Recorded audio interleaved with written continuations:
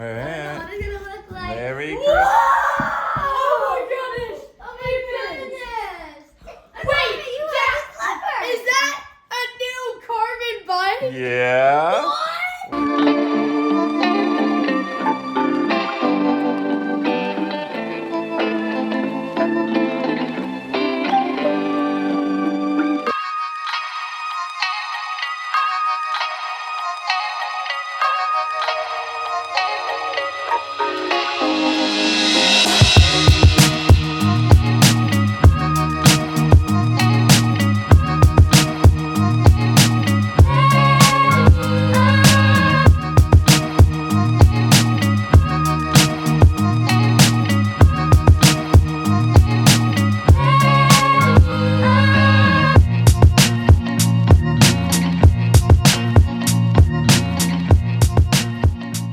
What's up, you guys? Forrest here with the FoCo Flow Show, and it's my pleasure to introduce you to Project Lightning Rod, where we are taking a made-in-China full carbon hardtail frame from AliExpress, putting carbon wheels on it also from AliExpress, and building a bike from the frame up so that Forrest has a lighter, faster hardtail for the spring race season. I've never built a bike from the frame up before, so there's lots of learnings along the way, and I'll tell you what I think about the Airwolf and the pros and cons to that bike frame. If you're looking to build something up on a budget, try to keep things under $1,500 for a full carbon bike. So we did okay on that as well. We'll give you some learnings and tips and tricks if you're looking to do the same thing.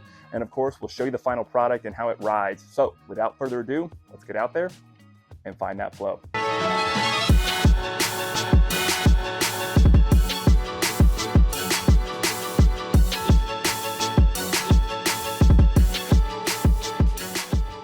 So if you've been following the channel along for any amount of time, you saw that Forrest got to race his Nika series in the fall for the first time on his Trek Top Fuel and did super well in his entry-level age group, and he's excited to race in the spring.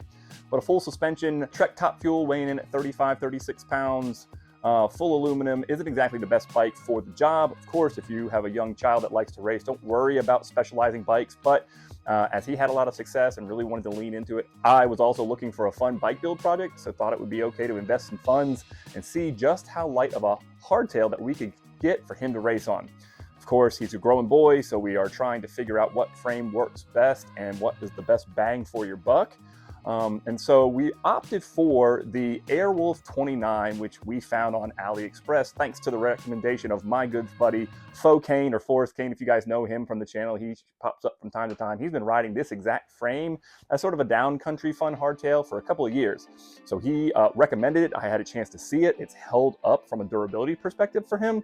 So I thought, you know, for an adult male, it's doing well for him. It'll be great for my son, who doesn't quite weigh 100 pounds just yet. So we sort of had a good foundation for what we were trying to do here. And of course, FoCo had a good framework for how to build a bike up as well. So I had some help along the way. You know, of course, if you're gonna buy a full carbon frame, carbon wheel, carbon bar bike from a bike shop or something like that, you're going to be spending upwards of at least $3,000. Maybe on clearance, you can get a little bit lower. If we could do this for $1,500 less, I felt like that was a super good opportunity to hone my skills on building up a bike, as well as getting Forrest a pretty cool Christmas present like you just saw as he gets ready for that spring race season. So first things first, we'll get into what the frame is and what wheels we chose and all the other things. We talk about how we built it up and what worked really well and maybe what didn't. So let's hop right into the action. So first things first, the frame, as you can see here, is a beautiful chameleon blue frame from that Airwolf 29 option on AliExpress. They give you a lot of details on what the bike is and what to pay attention to. The first thing we did when it was just a bare frame is we got out my tried and true 3M protective film tape and tried to get every square millimeter of it covered. That's pretty easy. I've done that a bunch of times. It's never like 100% perfect, but without any of the drivetrain or the wheels on, we were able to get a really good coverage, and most of it has no bubbles. There's a couple corners and everything, if you really took a microscope to it, that you'd see was not perfect, but took advantage of it being only a frame to protect it as best as I can. It's one of the other things about the frame where you can definitely tell that, like, there's some exposed spots that if I ever hit a rock, it's gonna crack. That's carbon, so there's only so much you can do about it. I may look into like a bash guard for the bottom, not on the front chainring, but like a rock strike guard under the bottom bracket that some carbon bikes do have. And there was lots of learnings along the way, and right out of the gate, it's got a tapered head tube with an integrated headset, which as I started building the bike up, had to go to Blue Ridge Cyclery because I'm not comfortable with headsets. It's actually super simple when it's integrated. You put the headset bearings in place, and then you have your fork and then you've got your fork and your headset spacers and your stem, and you can put it all together. Another thing to note is this particular one is a press fit bottom bracket. Most newer trail bikes have gone back to threaded bottom brackets where it's easy to thread in. I didn't have tools to put that in, but thankfully FoCo did, and we were able to do that. Your standard boost spacing through axle, all non-negotiables, and 31.8 diameter seat tube. So all of that checked out pretty good. And then of course, sourcing out a Fox 34 120 millimeter step cast fork, which is a lighter version of that 120. We could have gone 32 millimeters and even lighter for Forrest, but he still likes to ride every bike he rides like a trail bike. So we went a little bit beefier and probably spent a few grams there. The bike came in about a month because I did different frame and color instead of the regular matte black. You could do it right now for under $300 for the frame. I ended up spending about $350 to get the gorgeous frame color that you see here. Pretty happy how that came out, and then opted for silver accents. It came packaged. It was no issue getting the bike frame delivered and taking it apart. They even took the time with the internal cable routing to thread leader lines through. So when you run the brake hoses and the dropper line and the shifter cables, you can have an easier time. I will say that was easily the hardest part of the entire bike build. The way that they threaded the leader lines were crossed in some instances, and I had to get in there and rerun it so that like the dropper line came around and in through the right side and then came out the other side. And then the brakes and the angle and leading it through was really tight and really narrow. It's not tube in tube, it's just an empty frame inside of there. So I ended up, when we were doing the brake install, crimping one of the hydraulic hoses. The hydraulic fluid wouldn't hose her, so we had to pull it all out, cut it, rebleed it, and get everything back put together with a completely new line. So that was a big learning along the way. Could have done a better job with the leader lines. That would have made this whole install a whole lot easier. The other big learning about this specific bike frame is the way that they do the 31.6 seat post diameter. They've got it that it shims down to a narrower diameter right about where the seat tube, where the seat stays connect into the seat tube. So I'm guessing that's to reinforce it in that area, and I support that, but just recognize that is as far as I could get that dropper post inserted. So at first we had a 150 millimeter dropper. This is a 125. I was lucky to have one on a different bike, and I swapped them out. Maybe even 100 millimeter would have made sense. I don't think you can get a dropper post deeper than that. So if you're building one up for yourself, recognize you probably need to go 25 to 50 millimeters smaller dropper posts to accommodate the height of the saddle that you're looking for. Otherwise, everything was pretty good and easy to install. The only other thing on this frame is this little dust cap or whatever it is that screws into the rear through axle. Keeps coming loose. A little Loctite probably will take care of that, and I'll add that in there to take care of it. Easy derailleur hanger. Everything else is pretty easy to install. So overall, I recommend the frame. Seems pretty durable so far. It rides very light and very nimble. It only weighs about, I think, 1,200 grams, which is good as well. So it's a good foundation to start if you're aware of a couple of things to be aware of when you build the bike up. The other and most important weight savings for a race bike is going to be the wheel set. You can go carbon wheels. It's going to be rolling resistance, which makes the bike, yes, physically lighter, but also feel lighter. And so again, on AliExpress, we went with Elite Cycling 29-inch, 28 millimeter internal rim width XC carbon wheels. Pretty easy to install. There's nothing super special about that. They had an option for a high engagement hub, so not hydras or anything like that, but about 90 points of engagement, which is pretty darn, 64 points of engagement, which is pretty darn good. Had to put on rim tape and sealant, and then we went with Delium light construction steady tires. So you see them here, they look pretty good. They're fast rolling. They're about 1,000 grams each. So they're not the lightest tires out there. I've had some knobby nicks that were even lighter, but they've been really reliable and very affordable. So all in, we're looking at about $350, almost $400 for the wheel set, plus another $70 for the tires. So we're doing pretty good so far. Really happy with the wheels. We got some, off of Amazon, some silver tubeless valves, and we've got the silver stem, and looking at some other silver accents to give that really cool blue and then silver look to it. So setting up the wheels, no issue. I did have to retape it one time because sealant was leaking out of the valve stem, and there was definitely a small hole there. And it's just nothing you can do about that sometimes unless you make that mistake. You redo them, you clean it out, and get them to go again. So setup was pretty darn easy on the wheel set as well, and we're saving additional weight. Huge that we're able to get carbon wheels with the carbon frame and the carbon bars. In terms of carbon, we also went with a super narrow, just off of AliExpress, about $20–30 for a carbon rail, very narrow saddle. It's not particularly comfortable, but he's only going to be on the bike for 8 miles at a time for this, and we can swap it out if we need to. So just adding to the lightness theme of the bike build, and we're going to keep it moving forward. As far as drivetrain, on AliExpress, we found an SLX 12-speed with sort of a knockoff XT 170mm crankset that we could put in that worked with the press fit BB30 bottom bracket.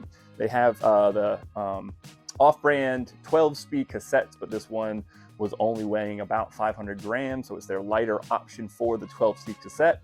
And then, of course, SLX is tried and true. So we've gone that route. Setting it up has been a little bit of trial and error, but that's just me being mediocre at setting up bikes. But installing it with the H3 Hyperglide hub was really important to pay attention to, because that's the old school. It's not microspline, it's not XT driver. So pay attention to that when you're buying wheels to then put the drivetrain on. Of course, everything else is snappy and shifting super well, so that's been a really reliable drivetrain. Good to go there. Crankset is aluminum, probably could save some weight there, but you're spending another couple $100 to get to carbon cranks. So couldn't quite justify the cost there, but maybe down the road we'll do that as well. And so that way we got the drivetrain there. And then for the brakes, we went with the Pro 4 MTB quad piston brake set, hydraulic, of course, also from AliExpress. I've had these on a couple of other bikes. FoCo runs them on his, and they've been really, really good. So they came in, and when you look at the silver brake set and the calipers, they look really, really good. They're medium strength. There's definitely heavier, stronger brakes out there that aren't from AliExpress, but for XC, they do the job. Setting up were pretty cool. I have ordered these a few times, and they keep coming with what looks like the calipers turned around. It would be cooler to have that silver side out. Maybe I could have cut them and swapped it. I just didn't feel like messing with it, and they work just fine in this orientation as well. So we ran with it. Like I said, installing these, we did end up bending the brake hose for the rear, running that through with the leader line. That was not easy at all. Took a bunch of trial and error. We got it done, but then it was crimped and had to cut it and pull it and reinstall it. So if you're good at installing brakes and hydraulic hoses and bleeding brakes, then this would be a non-issue for you. We did end up having to re-bleed the entire rear brake line. We got it done. It's doing a really, really good job now. They're super reliable. They've got the bite adjustment. They really got some high-end features for a very affordable brake set. So pretty darn happy with it. So the rest of the accents, we went with some 50/50 gray grips. We went with a cool little custom logo. We called it the Flow, of course, as Project Lightning Rod. We put lightning bolts on the front headset as well as on the fender cover. And we were able to customize it so it didn't look like just a bland knockoff bike. Really happy with that. Blue Rock Bros water bottle cage, as well as the carbon fiber headset spacers. And we got a lot of the pieces of the puzzle coming together in a super nice way, which makes it look like a fully built out bike as if it was planned from the bike shop. I'm really happy with how everything came together. It's been reliable so far, and really happy with how it's gone and riding on the trail. So building it out was a lot of fun, and we're getting to a place where I think we've got a bike that's gonna be a lot of fun. So now let's talk about how it rides on the trail. So once the bike was fully built, we weighed it up and we came in with pedals right around 26 pounds. We're gonna about 8 pounds lighter than Forrest's trail bike, the Top Fuel from Trek. Really, really happy with that. On the trail, Forrest has been thrilled with how it has performed. He is blown away by how fast it gets up to speed, how light it feels, and how nimble it feels. Again, he is just under or right around 5 foot tall on a size medium, so he feels a little stretched out. And again, there's not a whole lot I can do with that right now. The stem is like 35 millimeters slammed to the bar. The bars are slammed to the stem. There's only so much we can do today.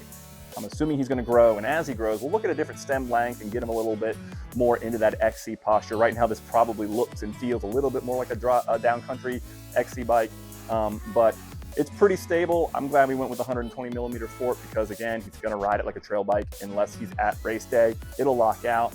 Feels really, really fun. He's really had a lot of fun, like popping it off of things and going downhill. Climbing uphill, the engagement of the hub has been really nice. I've been really happy with the Elite wheels and how fast they get moving and start and stop. No complaints with that at all. Again, on the trail, climbing on a hardtail is going to be good no matter what you got. If you got a super light one, we're really, really happy. So we got to make sure that we get some more rides on this before race season comes upon us. Make sure that we knock out any other niggles and wiggles that maybe will show itself after 50 or 100, 150 miles. I mentioned the little dust cover. I got to figure out why that keeps coming out. I don't know what that's about. But again, we see lots of opportunity here to get faster. I don't know how much it's going to be worth to try to get the bike any lighter. The only real opportunities left would be carbon cranks, and you can like shave a few grams by spending a couple $100s. You could get lighter pedals, I guess, and you could go with a lighter fork. Again, I don't know that that's going to be a problem here. We really did accomplish our goal of dropping almost 10 pounds. And again, for my son, who's not even 100 pounds, you can drop 8 to 10 pounds, or 8 pounds off of the bike he's pushing up the hill, then it's going to make a huge difference. It's almost, 8-10% of the body weight. So definitely feel like we've accomplished our goal there. So as we look at the bike as a whole, it took a lot of work. It was a very fun project. This was as much for me as it was for getting a faster bike for my son. Looking at the budget, we probably came in right around the $1,500 range. I'll calculate them all up and add in all the random small parts I bought from Amazon to get the whole thing built together. I really didn't have that much from my parts bin other than the carbon bars, and I think that's about it, honestly. So we really kind of had to buy everything. Oh, and the dropper post. That's about it. So going from scratch. Now, if you can source any of those little bits from your parts bin, that knocks down the part. The big pieces of the puzzle for me were, of course, the carbon frame and the carbon wheels. So that made a huge difference. And then being able to get a Fox step cast for $150. Those are your three biggest items. And then it's okay to be a little bit more discerning on what what tires you put on there and saddles and some of the stuff from your parts bin. Anything that you do, especially if you're doing a race bike, you don't need like high power brakes and things like that. Good brakes, but not anything crazy that'll break the bank. So in conclusion, really, really happy with how this has all come together. Definitely would recommend the Airwolf, again, in terms of the review and thinking about whether or not it's been a quality experience. There's just a couple of things that you need to know about if you're going to go that route. So I hope you found this video helpful. Comment below if you have any questions or ideas on the things that you would have done different on the build. And then we'll all come together, right? And we'll get out there and find that flow.